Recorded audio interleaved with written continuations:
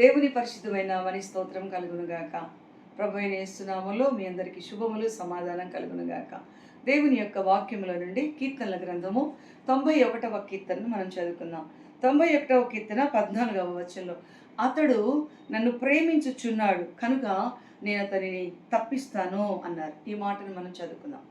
అతడు నన్ను ప్రేమించుచున్నాడు కనుక నేను అతనిని తప్పిస్తాను అన్నారు. దేవుని సన్నిధిలో యేసయ్య మనల్ని ఎంతో ప్రేమించారు. ఈ లోకానికి నరావతారిగా వచ్చారు. దేవుడు లోకమును ఎంతో ప్రేమించును అన్నారు. అలాగే ఆయన మనల్ని ఎంతో ప్రేమించారు. పాపంలో, శాపంలో, లోకంలో, దుష్టత్వంలో ఉన్నప్పుడు మనల్ని ప్రేమించి మనకి పాపక్షమాపణ ఇచ్చి రక్షణ ఇచ్చారు. కనుక ఇప్పుడు మనం ఆయన్ని ప్రేమించాలి. ఆయన్ని ప్రేమించాలి అని ప్రభువారు కోరుకుంటున్నారు.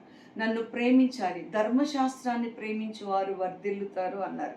నన్ను ప్రేమించి నా ఆజ్ఞలను గైకొని వారిని 1000 తరముల వరకు కూడా నేను కరుణిస్తాను అన్నారు నిర్గమాకాండం 20వ అధ్యాయంలో.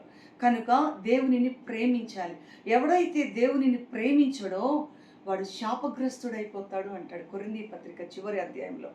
దేవునిని ప్రేమించని వాడు శాపగ్రస్తుడైపోతాడు. కాబట్టి ప్రభు మొదటి యోహాను పత్రికలు ఏమంటారంటే, లోకమునైనను లోకంలో ఉన్న వాటినైనా ప్రేమించొద్దు. లోకమునైనను లోకమును ప్రేమించు వారిలో దేవుని ప్రేమ ఉండదు. లోకమును ప్రేమించొద్దు, వాడు నశించిపోతారని కూడా చెప్పారు. దేవుని వాక్యాన్ని ప్రేమించాలి, దేవుని సన్నిధిని ప్రేమించాలి, యెరూషలేమును ప్రేమించాలి అన్నారు కదా. కాబట్టి దేవునిని ప్రేమించు వారిని ఆయన తప్పిస్తారు. ఎలాగంటే దానియేలు గ్రంథంలో దేవునిని ప్రేమించే బిడ్డలు ఉన్నారు. వారిని తీసుకుని వెళ్ళి అగ్నిగుండంలో పడవేసినప్పుడు ఆ అగ్నిగుండం యొక్క బలమును చల్లార్చి వారిని తప్పించారు.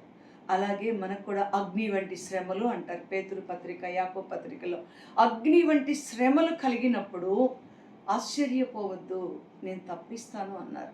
కాబట్టి మనల్ని తప్పించువారు, శ్రమ నుంచి తప్పించువాడు, నరకము నుండి తప్పించువారు, శోధన నుండి తప్పించువాడు ఆయన. శోధనలో కూడా తప్పించువాడు ఆయనే. కాబట్టి ఎవడైనా నన్ను ప్రేమించు వారిని నన్ను ప్రేమించు వారిని తప్పిస్తానన్నారు. కాబట్టి ఈ సమయంలో దేవునిని ప్రేమించే వారికి పరిశుద్ధ గ్రంథంలో ఎన్నో ఆశీర్వాదాలు ఉన్నాయి.